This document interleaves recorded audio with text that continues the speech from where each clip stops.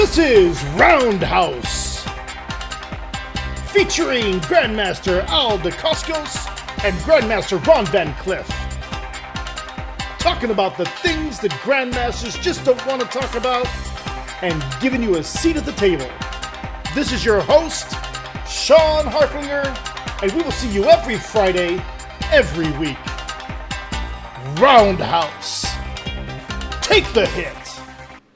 Today, ladies and gentlemen, this is RoundHouse with your host, Sean Harflinger, and Grandmaster Ron Van Cleef and Senior Grandmaster Al DeCoscos. Today, we are talking about the individual histories of both men, but we're going to start today with Grandmaster Ron Van Cleef, a master of many talents, the Black Dragon, a Kung Fu legacy and legend. He's been in many martial arts Kung Fu movies. He's been in many endeavors, has fought professionally over and over again throughout the decades, still trains to this day. But what I want to do is I want to dive deeper into his life and get some of these questions answered. So you're back. You're here again. How are you doing today, Ron? How are you doing? Much aloha, my brother. Everything is wonderful. I'm so happy to be here with you and Al, man. You know, every Monday I'm ready. We are every Monday. Now, you guys aren't going to be listening to us live. You'll be getting it probably Monday afternoon. I've got to make sure that all the weird noises and stuff are out of the podcast before we publish it. But Mondays are the day. It's a beautiful sunny day here in Hawaii, and let's get started with question number one. Ron, in your life, decades and decades of martial arts mastery, I want to get down. I don't know about mastery, but I say mastery because you guys have this whole moniker, Grandmaster, and we're going to talk about that in episode 3. We're going to completely define what it means to be a master. I've got all these wonderful questions to ask you guys about. What is a master? What does a master master? If a master could master something and tell you what to master, what would that master tell you to master? That kind of stuff. It's gonna be a masterful episode. Super excited. All right, so to the questions. Your very first fight. What was your very first fight? Tell us all about it. Was that when I started martial arts? Doesn't matter. It doesn't matter, because in the life of a martial artist. My very first fight, I got beat up by a kid. He and his gang took my bicycle when I was a teenager. Wow, you said gang, like a whole group of people. Where was this at? Brooklyn, New York. Brooklyn, New York. My grandfather gave me a bicycle for my birthday, and so I decided to ride it. These guys stopped me, took my bike, beat me up, and what? Yeah. You didn't even have your bike a day? Is that what you're saying? Not even a day. Didn't even have his bike a day in Brooklyn, New York. It is what year? What year is it? 1954, 55. Fucking A, 1954, 1955 Yeah. in Brooklyn, New York. Wow, I can only imagine. I'm trying to go back in time. Tell me what it looked like in 1955 Brooklyn. You don't have to go into much detail, but you're how was your neighborhood? You're on your bike. It's your birthday. You're happy. We lived in a multicultural neighborhood. There were Jewish, there were Filipinos, there were Chinese, there were Black, there were Puerto Ricans, Dominicans, some South American guys. You know, wow, it was pretty blended. So diverse, and everybody coexisted. It was all G, but each ethnic group had their own gang. Right. So you know what? That was Very also insane. That was also a theme in my father and my grandfather's lives. So gangs are a thing. My dad was in a gang called the Vampires, but they were in St. Louis, so completely different city. But so, did you know the name of the gang that came after you? Oh yeah, they were the Bishops. The Bishops, no shit. So if I were to Google the Bishops in the 50s, there'd be a legit gang out there called Oh the yeah, Bishops. yeah. Was it named after like chess? Like the bishop No, piece of it? no. No, they were like religious. No, not really. Who were they? Why did they name themselves the Bishops? I never knew. I knew they had that big B on their jackets, and that meant The bitches. yeah, I mean the Bishops. yeah, Wow. Were they deadly? yeah. Oh They no had shit. guns. They were cutting people, stabbing people, chains. What like the hell? It's the big chains. 1955. Yeah, It's 1955. you couldn't travel from where I live to another area in Brooklyn and not know whose territory it is. Wow. Like if you went into the Italian, the skinhead area, Right. that's a definite beatdown for you if you weren't white.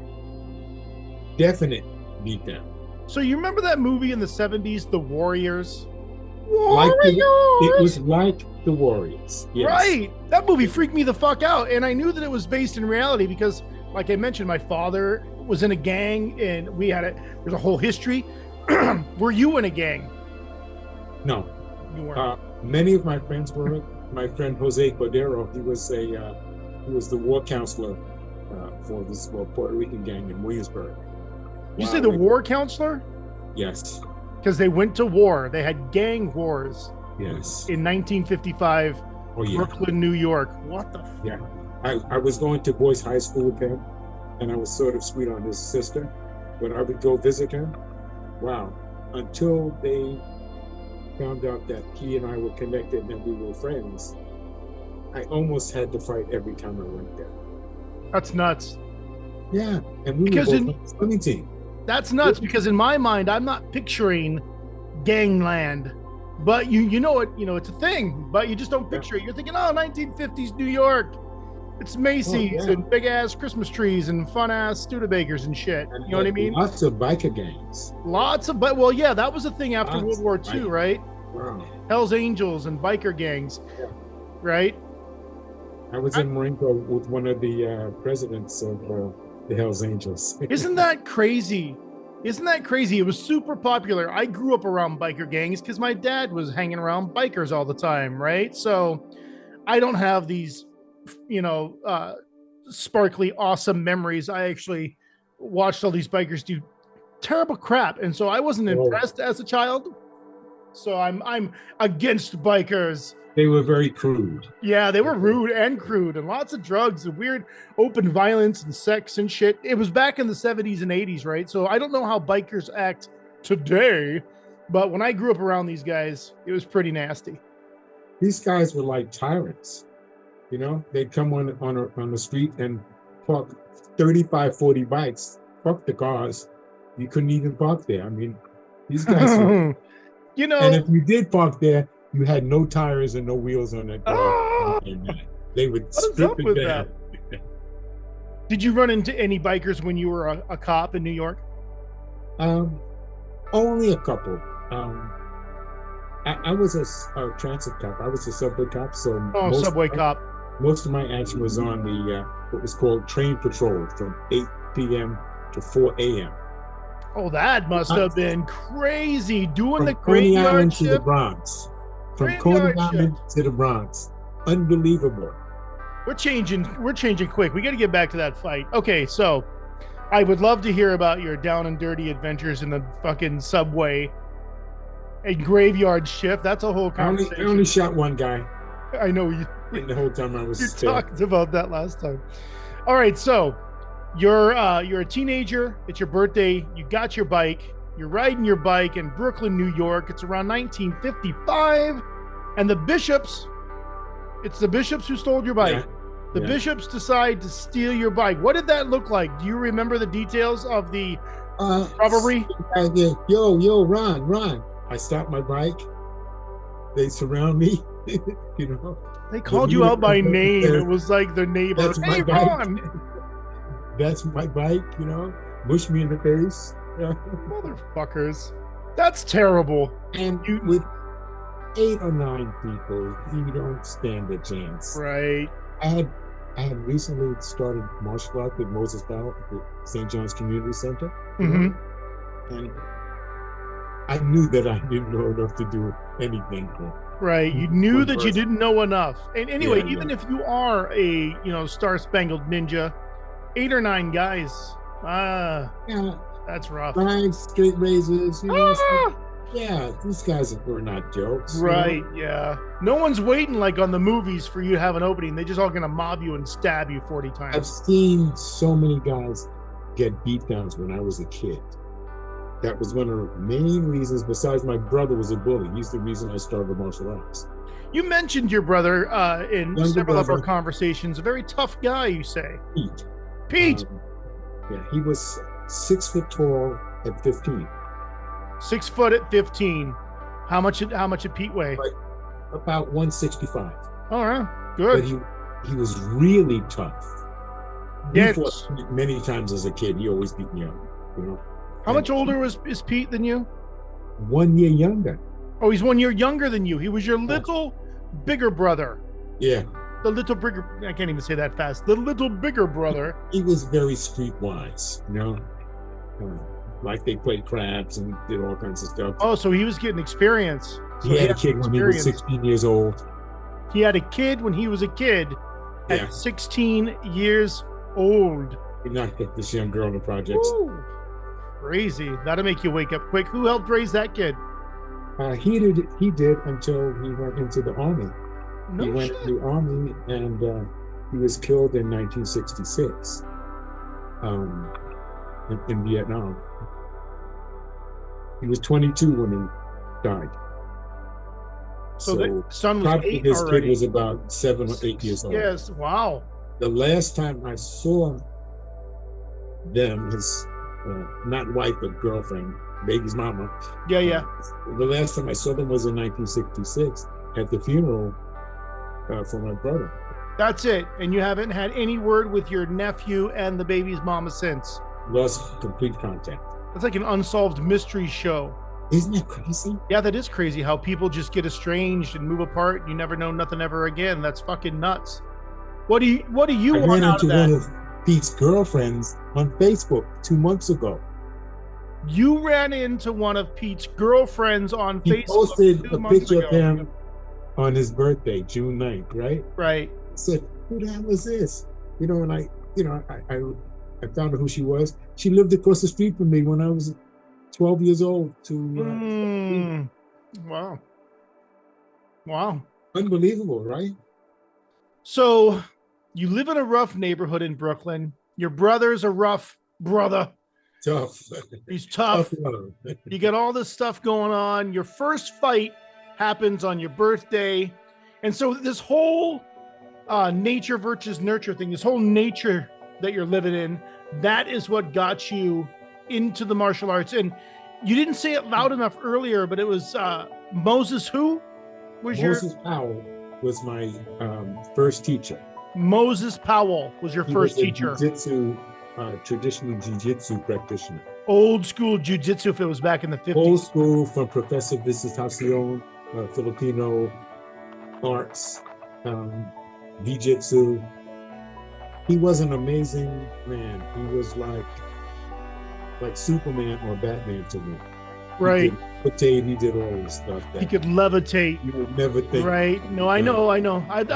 That's one of the things that you miss is the brand new student magic, where people do levitate and they can't kill you with one eyebrow raised and the dim muck. All that stuff is totally real and legit. I look back and I sometimes daydream about those first couple years as a martial artist because there was so much magic.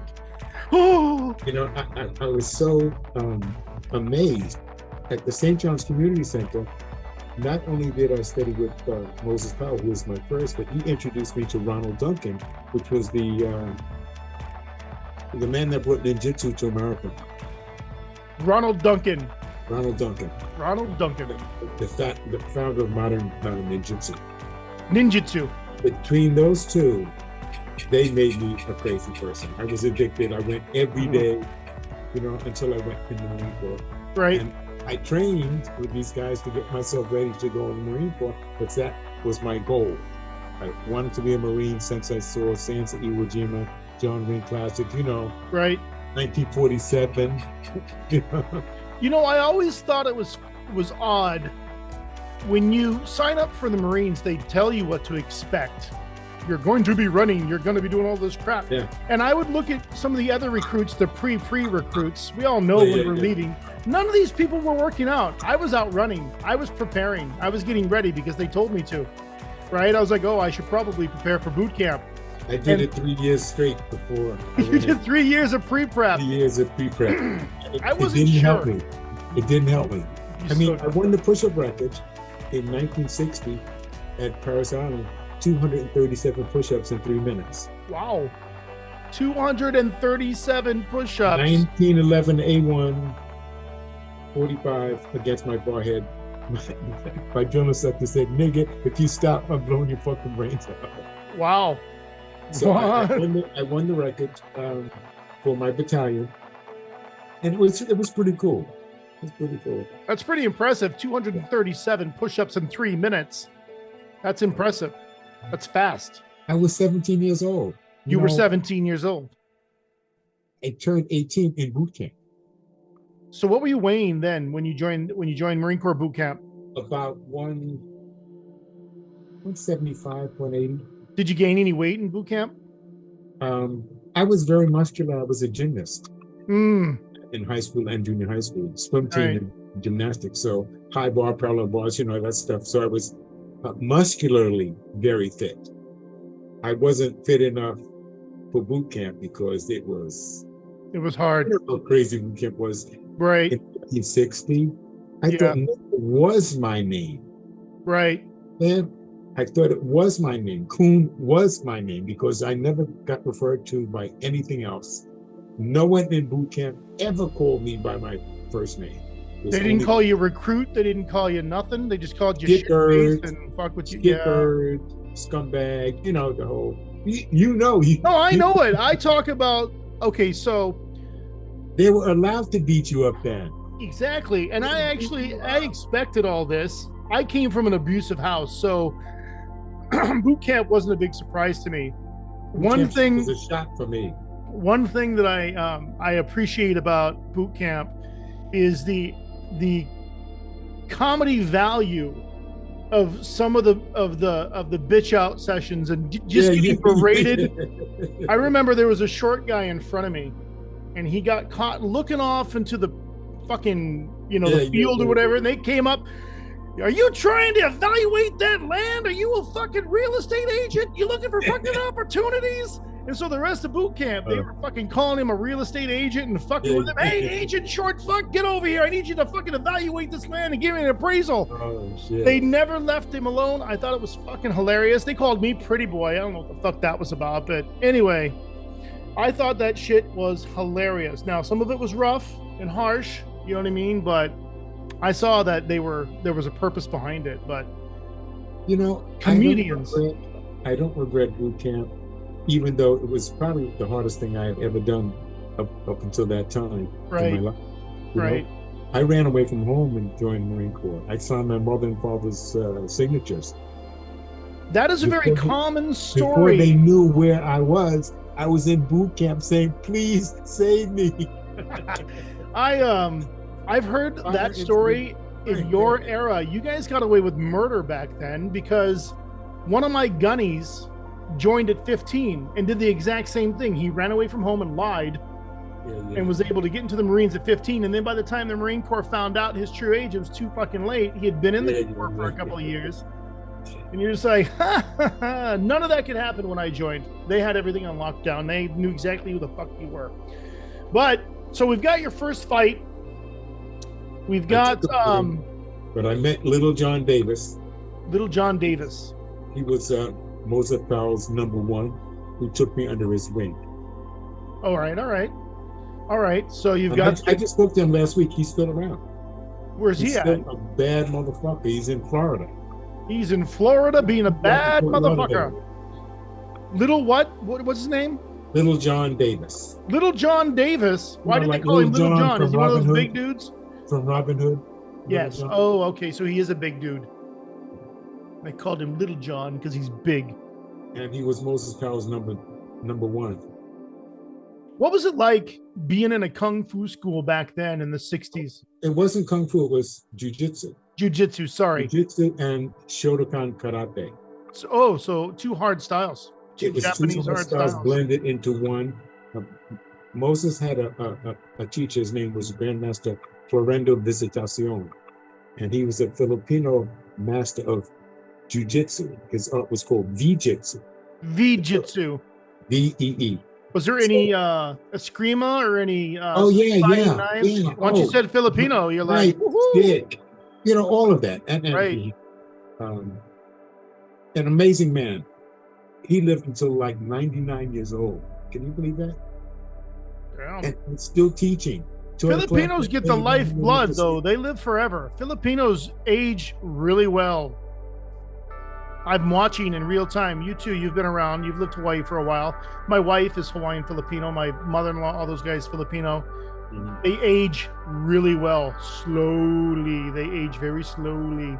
It's pretty amazing. Your wife is your wife Filipino or is she Filipino and Vietnamese? Yeah, Filipino Vietnamese. That's why she's my age and she looks half my age. She looks like she's 35. Right? Yeah, I think she's exactly my age. We're both 49.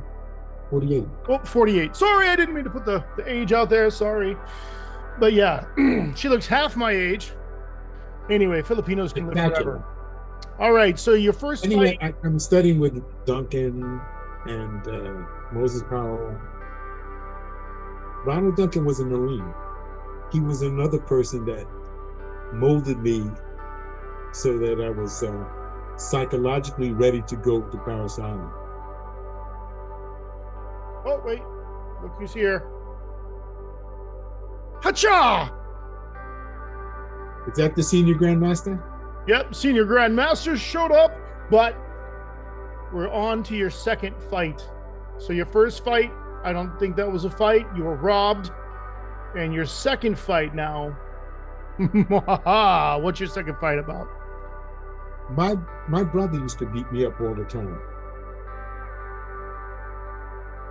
He was a bully, you know. And you were he practiced on you? Oh my goodness. He taught me how to throw a knife when I was maybe 12, 13 years old. He threw, those knives that you open like a jackknife kind of thing. Right. He threw one through the top of my shoe and went into the floor, went through my foot. Oh, no! We was trying to throw a knife as close as we could to our feet. It went right through my instep, completely through, and he's smiling at me. He says, "Oh, I guess I missed." Whoops! I only Jesus Christ your foot with a freaking folded blade. Nice. How old were you when this happened? 12. You were 12 years old when 12, 13. Your little brother plunges a knife through your foot. Whoops! How did that go? How did that go when you told your parents what happened? Did you guys concoct a lie and say, "Oh, I stepped on a thorn"? We never even mentioned it. Oh, the foot! I have a knife through my foot. Never mind. I pushed it out of my head, Ow! The fuck! I had a cousin. His name was Kurt Wood. He was my father's brother's son. Okay. He was 210 pounds at 14. 6'3". He was a giant.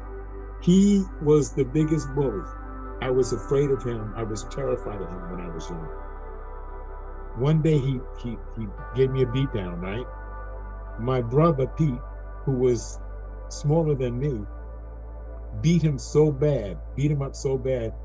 Kirk was respectful with me for the rest of his life, as long as he did. Okay, so that's the second fight. Is your cousin, Gentle Giant, the Gentle Giant, jumps your ass. Okay, so at this moment, you are up. Ladies and gentlemen, this is Senior Grandmaster Al DeCoscos with us. Today, he is under fire, just like Ron. We've got 10 questions, and we're going to barrel them out. Number 1, Grandmaster Al DeCoscos. Your first fight. Do you remember your first fight? Now, it doesn't have to be martial arts. It could be any first fight, but tell us about your first fight. Yeah, my first fight probably go back to probably when I was under 10. And I think maybe I might have been 8 years old. And this was with my cousin Raymond. We used to call him Junior Boy. Yeah, and he was a year older than me. And we always used to fight over toys. And in our days, you're talking about when they had toys. This is after World War II, anyway. Toys wasn't. Let's say this way, we were fighting because of a plane, a model plane, and it was like, no, this is my model plane, no, so forth. But the model planes that you used to do at those days were made of metal, I don't know if you remember that. I do remember. Yeah, metal planes, and it was like two bodies of the metal planes put together, and then the clips will go on the top and fold over like that. You see what I mean? And then you used to have rubber wheels and like a propeller type of plane. And we were fighting over that one there, because the thing was just that it was mine, and he would say no, it was his. Well, it was both of ours, on account that his parents had got him the same type of plane like mine. Exactly the same. So it was just a total confusion on whose plane it was. So it got to the point where I got really angry with him. So I had planned something that I was going to do, and I knew that we were always go back to his, we used to play in the garage, from a house to garage, and those days, it was you're talking about 1950s, early 1950s, type of thing, and it was like we go from one from the garage to the house. It wasn't pavement; it was road, like a dirt road. Pathway. Oh, a pathway, right? So I figured I had a thing that I was going to do to him, and I figured I'm going to do it real good to him, because I'm going to fix him up anyway. So what I did was just that it took me quite a while to make enough of this oatmeal and cream of wheat, make a lot of it, everything. And I dug a hole of where we always walk, like a pathway. So I put all this up. It was a whole bunch of maybe about no more than maybe about yeah, it was like maybe 6 inches, maybe 9 inches of chenille, and I made a really big pot of this oatmeal and thing, and I waited till the thing cooled off, and I put it in this little hole that I dug, probably about 12 inch by 12 inch, and I just put it inside there, and then I cover up with dirt and a little bit of grass. You see what I mean? And I knew that we always walk in the same place, right? So I just waited for him, and then when then came in the afternoon, and I figured, okay, I was really being friendly to him, just to lead him on. I said, okay, let's go play with our toys, or airplane, So he followed me, and I knew where I was going. I just walked right over it, and he started walking, clink, clink, clink, right into it, and he went to my what do you call man-made quicksand, sort of like, right? And it went all the way up past into his ankles, So it was really sticky and everything, because I put a lot of sugar in it too, So naturally, when he came outside, came out, we started swinging. We started just throwing blows at each other. So I decided that that's it. Oh man, I was getting my butt beat. He was beating me up. So I figured I'm gonna climb over the fence really quickly. So I went over the fence, and when I went over the fence, the back of my pants got hung up on the fence, and here I was on the other side of the fence hanging. And he goes on the other side of the fence, and I'm hopeless. I couldn't do anything, and he beat the crap out of me. Oh, I would have put oatmeal down your pants. If there's a whole thing of oatmeal there, I would have put the oatmeal right down your pants. And I was screaming and everything, and that's where then my mom came up, and she said, "What are you doing on the fence?" I couldn't get off the fence. because I was stuck. You know what I mean? But anyway, that was something that when I think about, I say that's totally hilarious because I mean, that was that, and then he got even with me. What possessed you? Okay, so I a couple things really stick out to me. I understand making the pothole and making the trap. I get that. What I don't understand is where the hell did the cream of wheat and oatmeal? From the kitchen. No, I know you got it out of the kitchen, but in your mind, why did you say I must fill this hole? This trap needs to be filled with oatmeal. That's my only question. Because I didn't like oatmeal in the morning. Oh, okay. So it was a double poisonous trap with the thing that you didn't like the most. I'm going to put it in this hole. Never mind mud. Yeah. Fuck that. I'm going to put oatmeal in there. Nobody was upset. Did your parents get upset that you made a whole massive pit of oatmeal? You didn't tell them? I don't recall. I don't think anybody discovered it, Nobody discovered the pit of oatmeal. Yeah. Oh, did ants or anything come because of all the sugar? Was that? Did you have a big ant farm or anything happen because of all the sugar? That part I don't recall. It's so long. The only thing that stood out afterwards was just that he got so mad at me that he put my kitten in the freezer. He put your kitten in the freezer? In the freezer. Did the kitten, in the freezer. Did the kitten survive? No, shit. He came out a day or 2 days later. The burger was frozen stiff, man. Yeah. Wow. Yeah. So the oatmeal foot concoction cost you your kitten's life. Yep. Wow. Your family isn't pulling any punches. No. Wow. Okay. So first fight is oatmeal battle, and we lost one. Everybody bow your heads in remembrance of that poor little kitty. I'm assuming this is in Kauai, right? You're on Kauai? No, it was here. It was on Oahu. Yeah, it was it was in Kalihi. In Kalihi. In Kalihi. Man, well, that poor kitty. All right, so first fight's out of the way. Second fight in your life. It doesn't have to be oatmeal kitty fight. It could be any kind of thing. It could be now in your kung fu career, whatever. What's your second fight when you? Heck, I had so many fights. I don't. It's like it's pretty hard. That's the idea. Yeah. Second fight was with a girlfriend that I was trying to. I was young. I was young, probably maybe 12 years old, I guess, 12 years old.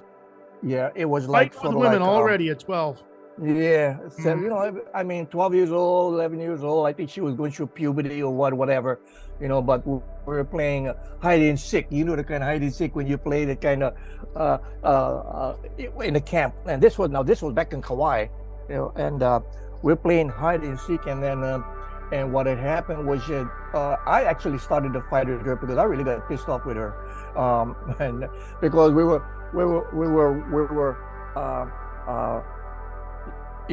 how it is the kind of game. I don't know if you remember this kind of game, Sadie Hawkins. No. It's like you have one person that has got to protect this certain pole, and then he'll count till 10, and everybody just scatter and just run all over the place, and he goes around looking for you, and then while he's looking for you, you try to sneak back and touch the pole, and that means you're safe. Steal the flag, yeah. Say, Ron? I remember that. Yeah, that kind of game. Okay. Yeah, I remember that game. Yeah. So here we are. My cousin Eddie, he was on watching the pole. So he says, "Okay, ready," and he started counting, and I was trying to get my my girlfriend or the girl I had crush on, to follow me, and we go hide, and and all the kind of things, right? So we run, and the thing was that she was running in front, and then she goes through this bush. And then she pulls the bush back, and I'm following her, and the bush swings back, bam, pokes me in the eye. Pokes me in the eye, right? So I got mad, and I started, well, anyway, we started fighting. It's just, she didn't know why. A young kids, you do all these kind of stupid things, and I fought, and she beat the shit out of me too, though, because she's a little bit bigger than me. You know. She beat the so- shit out of you. Yeah, well, because I was one eye, I couldn't see. You know what I mean? Mm. You know what I mean? I couldn't see where she was, and I was trying to sing, and she's just beating me up. And actually, the game ended up where we got caught anyway because we couldn't get back to the other place. That fight didn't last too long. The only thing I knew was just that I still have the scar on my left eye on the inside of my white. It's like it goes from white to a little bit of yellow, because that's where the thing went in, Scar tissue. The scar tissue from that branch, yeah. Right. So, I think about that. I mean, what that? I have a fight with my cousin, then I have a fight with a girlfriend. I mean, geez, I think it was something that you kind of think about. And I think I was wrong because, I shouldn't have come out slapping and everything, because she slapped me. She pretty much slapped me silly, So that one was, I would say, it was good. It was a good fight. Yeah. It was even. Huh? It was an even fight. No. And she was bigger than you. Because guys don't grow up that fast. I mean, at that age, the girl is always going to be a little bit taller than the guy. You know what I mean? Right. And by the time that I moved away and then came back, about 10 or 15 years later, we met up again, and then we were nice boyfriend and girlfriend. Oh yeah, was that Melvin Lead? No, no, that was a different one. This girl's name was Christina, so she was a pretty looking girl. So yeah, that was about it, I didn't have a lot of fights growing up, but I did have a bully, and it was a 15-year-old girl was the bully, and I was maybe 3 years younger than her, and her and her friend, she had a little gang of girls, and they would chase me and my buddy home. It was craziest shit ever. They would follow us, and they'd whistle, we'd look back, true story, they'd flash their tits at us, and we'd be like, oh, what the hell's that? And then they would chase us, catch up to us, jump on us, and like squish us, you know what I mean, and pummel us and shit. But the leader, she had a glass eye, and she would sit on my chest, and she would take her glass eye out of her fucking thing and like rub it all over my face and shit. Oh shit! And then, after she was done, then she would leave. But it was the weirdest experience of my young life because it was the tits, the terror, and then the awkward eyeball in my face. I don't know what the hell took the eye in the first place. I don't know what the hell was up with the titties. I have no idea why they chased us down, but that happened for an entire school year, right? Wow. I think my friend enjoyed it. You know what I mean? But I was terrified. Anyway, thank God it didn't ruin anything. Thank God I don't have like a glass eye fetish or some weird, Anyway, come on, save me from this, you weirdo. All right, so first fight, second fight. Number 3 is your first love. Maybe for Al, the second fight and your first love are the same thing. No, I think I had a couple of between before that. Yeah. All right, so we're on first love here. Let's give Al a break. Let's jump on over to Ron. Ron, you've talked about your first couple of fights. What was your first love? It doesn't have to be a woman. You know what I mean? It could be a cartoon character. It could be kung fu. You know what I mean? My first love was the forest. I was always out in the woods, out, talking to fucking invisible shit. So I was a virgin until after boot camp, until I went to Okinawa. You lost your virginity in Okinawa? Yeah. Is that the story? Your first love is in Okinawa? Sakahachi Alley. You know, remember? What did you just say? Sakahachi Alley? Yeah. Did I say it right? Yeah. No shit. All right, tell us all about Sakahachi Alley. $2. Oh, I see. $2. Your virginity. Lost your virginity for $2. I was in 105 howitzers, and my gun team, they said, we're taking this cherry into town and getting this cherry busted, and that's it. Right. It. You know how jarheads are. Right? No, I know how jarheads are. You can't tell them shit. They're threatening a blanket party if you don't. Right. So, okay. So you went into Okinawa. And for $2. Wow. Wow, that puts things into perspective. It's in the 60s. $2. It was a $2 bill? 1961. 1961. So you count that as your first love?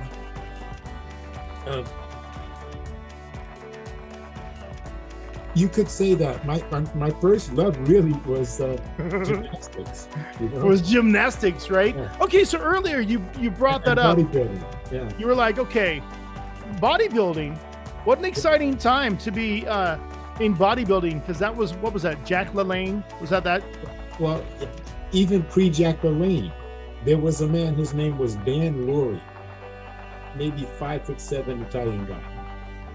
Mr. America in 1952, that kind of 20,000 push-ups, 18,000 pull-ups. What the? Guinness Book of Records guy. You know? Wow, that's intense. He was my mentor. He came to Boys High School, where I went to an all-boys school, Boys High School in Brooklyn. Mm-hmm. They were their specialty was athletics. So I was a gymnast and I was a swimmer, you know? Oh, there you go. Those things pair up nice. Horizontal bar, parallel bars, rings, ropes, you know, all of that. And of course, somersaults and all kinds of stuff. Did you use that moving forward when you were like all a of that Marine and me in the movies? Martial arts. Right on. All of that helped me. When I was a kid, pre-high school, I was doing gymnastics. And I started bodybuilding with a man by the name of Kenny Hall. I was like 12 years old when I met him. And he was like a 1945 Mr. America, you know. Wow. Like unbelievable, you know. Fitness and martial arts have been all of my life. You know, I started at 15. I'm going to be 81 next month. How many years is that, man? Almost 70 years? Yeah, almost 70 years. That's a lifelong passion. I don't know anything else. Right. You know what? That's the one thing that I've noticed about martial artists. People that are really in it to win it, there's no 5 years, no 10 years. They just do it and they never stop. They're always doing it. In some form. They're doing it somehow. They're thinking, they're training, they're teaching, they're writing, they're doing something. Yeah. When I was around 70, I realized that I didn't want to continue competition with karate and kung fu. Yeah. Because I just didn't want to take those shots. You know, I loved it. I competed for 55 years, over 900 tournaments, man. Yeah. So I loved it. And I wanted to do something else when I got older because I'm tired of black guys, the teeth getting knocked out and the jaw. Well, your body takes the hit. Your body takes the hit. My hands, you can. Your body. I started training with the Gracies. When I was 68, man, put on a white belt with over 50 years of martial arts experience. I put on a white belt to start something new. I knew that my ground game was shit. I had no real experience for ground fighting. Yeah. And to have almost 60 years in the martial arts and be so unbalanced in as far as my repertoire, upstairs fighting a billion, downstairs nothing. So I decided in 2011 that I would start studying Brazilian Jiu-Jitsu with Helson Gracie in Hawaii when I moved here. So you fell in love again. So when we talk about first love, I'm in love with Brazilian Jiu-Jitsu. It is the most amazing thing because it's physical chess. Right. I mean, you can stalemate guys, you can do all kinds of stuff. You really can. That you can't do in punching and kicking. You know, it's either you hit the guy or you didn't, you know? Yeah, because you can lock them up in jiu-jitsu, right? That's what you're alluding to, is you can lock people down. These guys are 10 moves ahead, the black belts. Yeah. You're going for a Kimura and they've already anticipated it. Yeah. Right. I submitted a black belt Tuesday night, and a wonderful man from Salt Lake City right? Where are all these people from Salt Lake City coming from? Is there a busload of them down here? This guy and his wife came. Oh, it's the same for couple vacation, from Salt Lake and City. so Okay. they're coming tonight too, Oh, and tomorrow. So I'll get a chance to roll with them again. But he was really good, Sean. I mean, like really good. He said it took him 15 years to make black belt. I said, that's about right. And he's been a black belt, I think he said 8 years. oh wow. So he's been in the game for a couple of decades already. Easy. Yeah, a couple of decades. 25 years. Very, very, very talented. He misjudged me because my teacher said, "Oh, he's 80." It's like almost don't kill him. Setting him up. He's 80. And so I go right in and I hit him with the armbar and the Kimura. He tapped right away. Boom, boom. Ha! And then he did the Brazilian Jiu-Jitsu alphabet on me. He hit every fucking crucifix, rear naked, omoplata. He hit every fucking technique you could think about on me after that. To teach you a lesson. In a row. Like, holy shit. That seems to be the thing, running the alphabet on people. Is that how you take people to task? Is by running the alphabet on? That's what they do in jiu-jitsu. Yeah. That's what the good guys do in jiu-jitsu. I'm not good, but I have a floor plan. I've got like 10 moves that I can count on, You don't need any more than that. One way you're going to make that work some kind of way. And normally, all the guys are younger. All the guys are as strong as or stronger. When you're rolling with somebody 15 years younger than you, they've got more than just physical advantages. Their whole thinking thing is different. They're hungry for the technique. They're more into it than you are. I'm trying to survive. I'm trying not to get hurt, but I'm trying to submit too. But my main objective in jiu-jitsu now is not to get hurt. Yeah, because you're doing a controlled fall. You're like a parachute guy. You're coming down and you don't want to hit the ground hard. Yeah, because you're 80 years old. It's smart, right? I stalemate most guys until the point where they get frustrated and they give me an arm and it's over. They just say, fuck it, and they give you an arm. I'm done already. I get a wrist lock, I get a Kimura, I get an Americana, So today is all about your first fight, your first love, your first challenge. Would you say that Brazilian Jiu-Jitsu is your first real challenge? Because the setup sounds like you were a gymnast, you were a swimmer, you were a martial artist. It was very frustrating for about 4 years not to punch or kick one of these fucking guys in the face. Yeah, because that's all instinctual. Yeah, that was all reflex. Yeah, that's reflex. They crank my arm or they crank my neck. I was like a choking dummy for 2 years until I learned how to, defend that. Everybody choked me, all the white belts. You know what it does for your ego? It gives you real zen. Right. You understand that you might be the master of the universe, but in this particular game, you're shit garbage.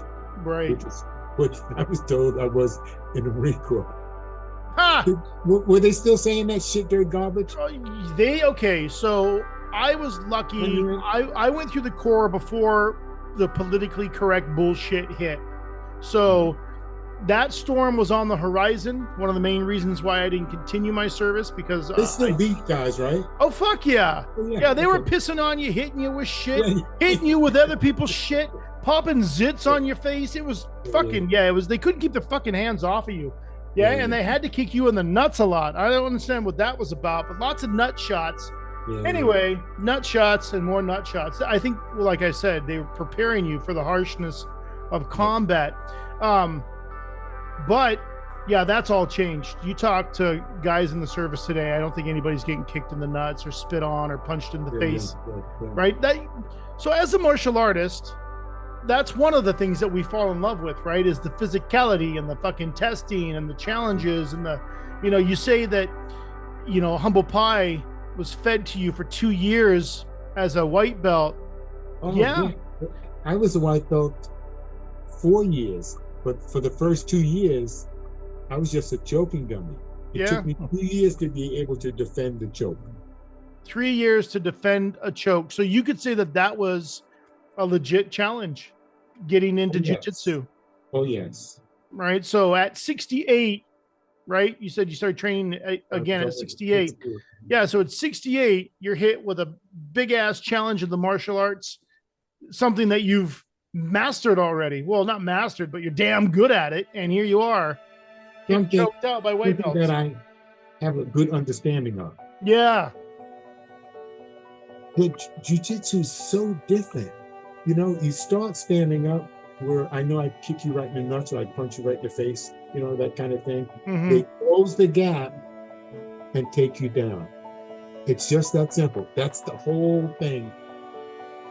Close the gap without getting hurt and take you down. If you work on just that premise, it will work. Right. It will work. Yeah. Yeah. And when they go down, they're normally on top.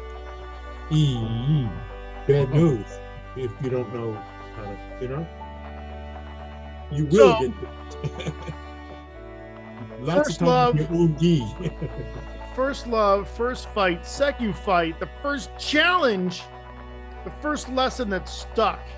The first challenge was boot camp. Paris Island. November 15th, 1960.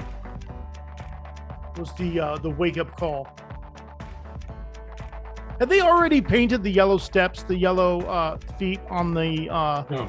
They hadn't done that. So those things were painted when I showed up to boot camp. Yeah. Stand on those damn things. And so you went over there and stood on those. Because apparently people were idiots before me. I don't know. They had to paint those. They had like little bars on the cement deck of where you were to stand. On the bars. Yeah. Yeah, boot camp was fun. You had a good time. Your feet had to be lined up. You know, I have to tell you, the first shock that I and I'm a Hollywood Marine, so I went to San Diego. The first shock. San Diego was tough, man. We had fun. Some San Diego guys that said, it was a bitch, man. The thing that my first shock was when I got off the airplane in the airport. Right there as a civilian, they meet you, greet you, and kidnap your ass. And they had us sitting down, yelling at us, screaming at us. And all these civilians were looking at us like, what the hell's going on? And then they threw us in a bus, and we had to put our head in between our knees, and we weren't allowed to look at anything. And they took us to boot camp. And then for the next few days, it's all staging, and they're cutting your hair. You don't know what the hell's going on. At you. Right? Yeah, it was crazy. It was crazy. What a crazy... I remember the first time they'd cut all our hair. We're all in our skivvies, and we're in this massive bathroom, and I had to jump up and down to like distinguish myself from the other 100 men that were in there. I was like, which one am I? Oh, there I am. I look like everybody else. But yeah, good memories. Good stuff. So your first challenge, the first lesson that stuck, you're going to say is Marine Corps boot camp. That was the thing that woke you up. For sure. For sure. For sure. Man, it's funny how those memories just singe into your brain forever, right? You know, I was stationed in Okinawa in 1963 before I went to Vietnam, and I started studying Ishinryu karate. Karate, and I studied under Sensei Eizo Shimabuku,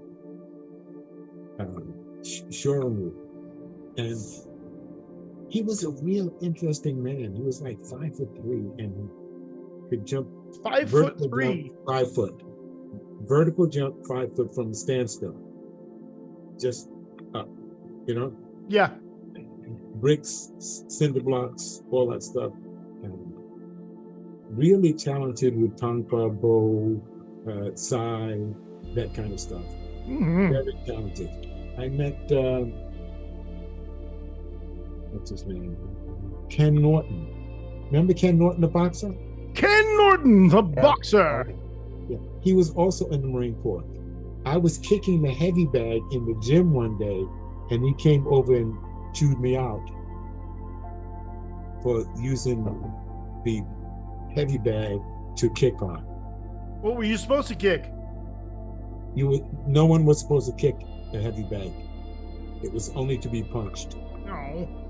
So he jumped in my shit and we had an argument, but I always went back there anyway and practiced my kicks there. But it was interesting. He was a boxer. And later on in his life, he fought Muhammad Ali. He became Ken a world Norton. champion. Wow. Yeah. Ken Norton. All right, so we've gone through half of these questions with Ron. We've already talked about your first teacher. We've talked about your first lesson that stuck. Al, that first challenge in your life, you've made the oatmeal bomb.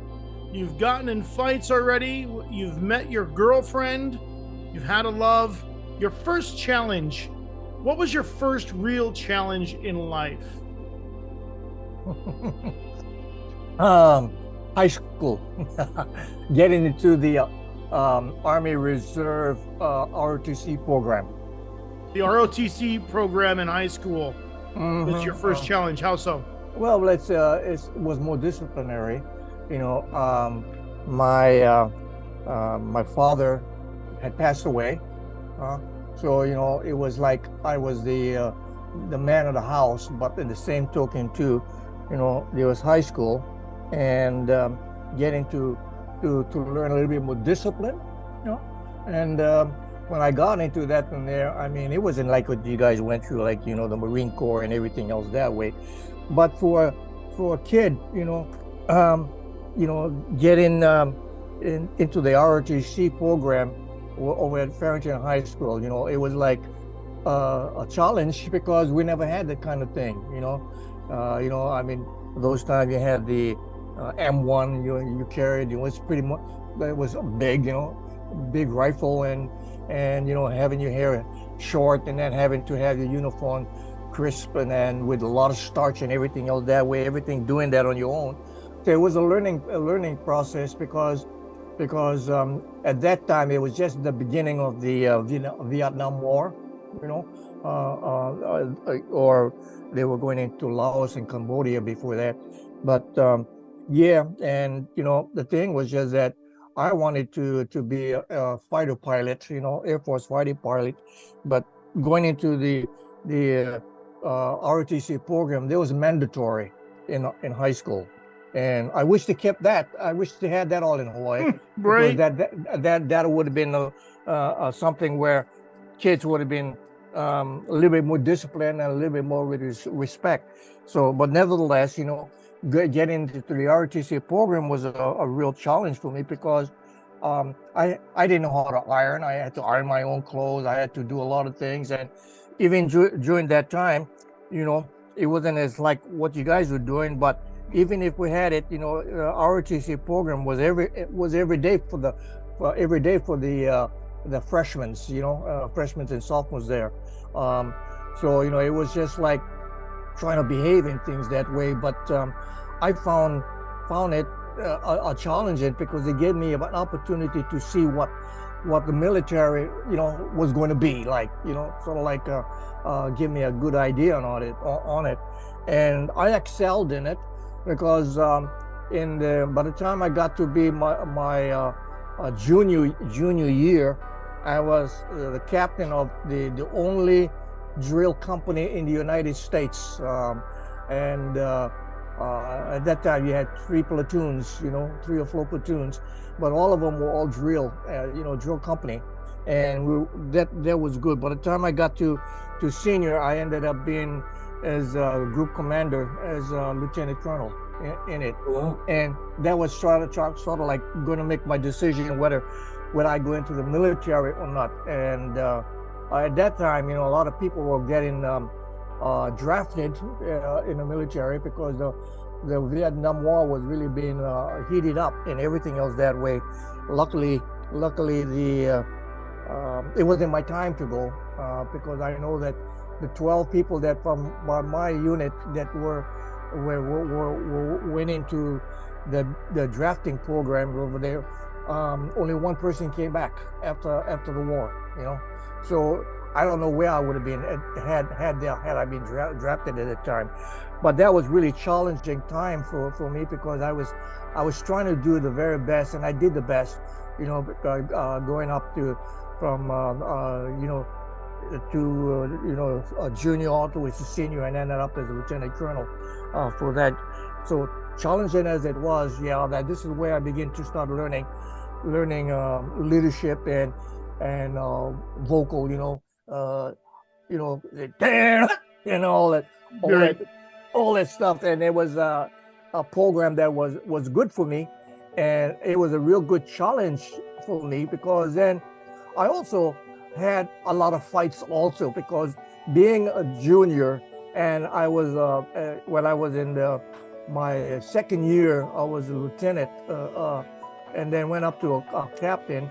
I had a lot of guys in my platoon that just because, I was the lieutenant or captain, a lot of fights that I said, okay, you guys want to take me on? We go into the back, take on my thing, and just go for it. But it was interesting. It gave me like a touch on what I wanted to go into the Air Force, but it never worked out, But nevertheless, that was challenging because it was discipline and respect and learning that, and being that I was the male figure in my family. That means I took on the role of my dad, and my mom did all the working naturally, but I took on that role. So it was pretty it was pretty rough for me growing up at that particular time because we didn't have that much money, and growing up in the Kalihi area, which was challenging in itself because, as you know, the Kalihi area wasn't the most popular place on the island. You had all this. Still is not. Yeah. No kidding. I mean, you got so much. Kalihi is rough. Kalihi is a rough valley. It's been a rough valley for a long time. I remember you telling me stories about fights up at Cam Shopping Center. Before it was Cam Shopping Center, it was a field, and you told me about fights where guys would put razor blades in the fronts of their slippers. Their slippers. If you don't know what slippers are, if you're in the mainland, those are what are they called again in the mainland? Flip-flops. Yeah, flip-flops. Yeah, flip-flops. My grandfather called them go-aheads because you couldn't walk backwards with flip-flops on, so he called them go-aheads. But anyway, you told me this story where people would slice open the front of their slipper and stick razor blades in there with the blade facing out, and they would do these little quick snap kicks and stuff and cut your shins all to shit. So that's Kalihi Valley, if anybody's wondering. They're having the razor blade footsie contest. Sounds fucking terrifying, actually.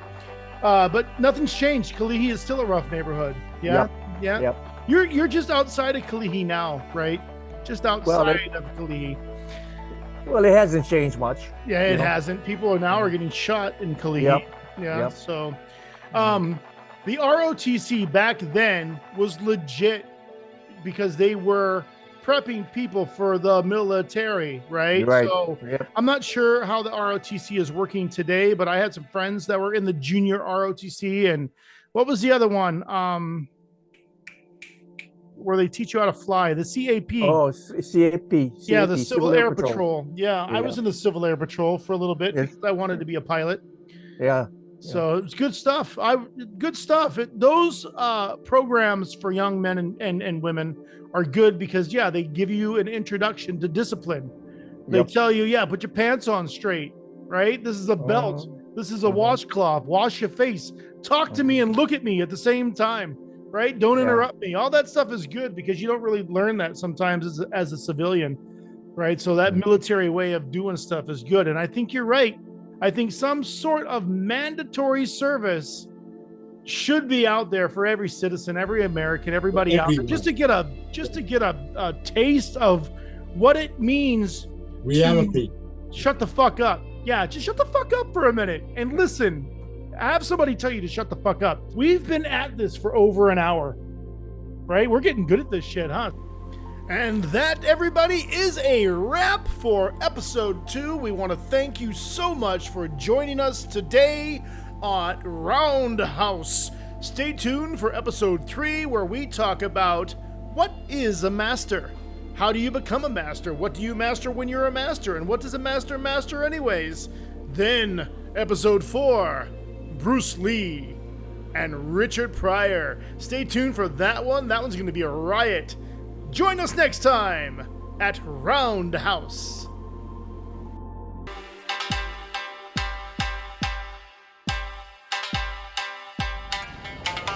This is RoundHouse, featuring Grandmaster Al DeCoscos and Grandmaster Ron Van Cliff. Talking about the things that Grandmasters just don't want to talk about and giving you a seat at the table. This is your host, Sean Harflinger, and we will see you every Friday, every week. RoundHouse. Take the hit. And now a word from our sponsors. Funky Puppy Productions. If you need a production done, Funky Puppy Productions can do it for you. Visit us at funkypuppyproductions.com.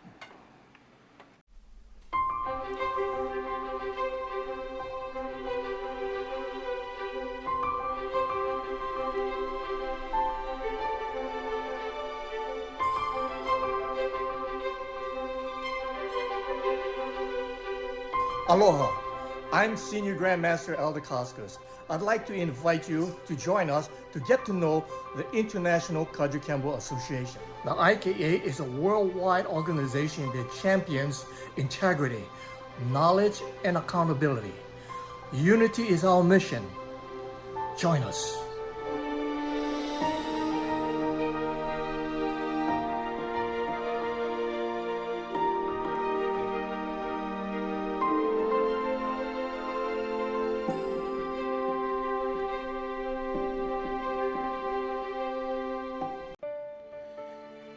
Caring for mothers. MalamaYourMama.com. Malama Your Mama is an organization that is all about caring for mothers. To malama is to care. And one of the greatest gifts that we can give our mothers and new mothers is that support system that they so desperately need. Together, we can teach the world to malama our mamas, just like our mamas have malamaed us. We want to dedicate this organization and its proceeds to all the strong mothers out there that have honored us. We want to steward healthy mothers and to raise mothers up. Together, we can malama our mamas. Caring for mothers. Help us by visiting MalamaYourMama.com and supporting our cause. Mahalo.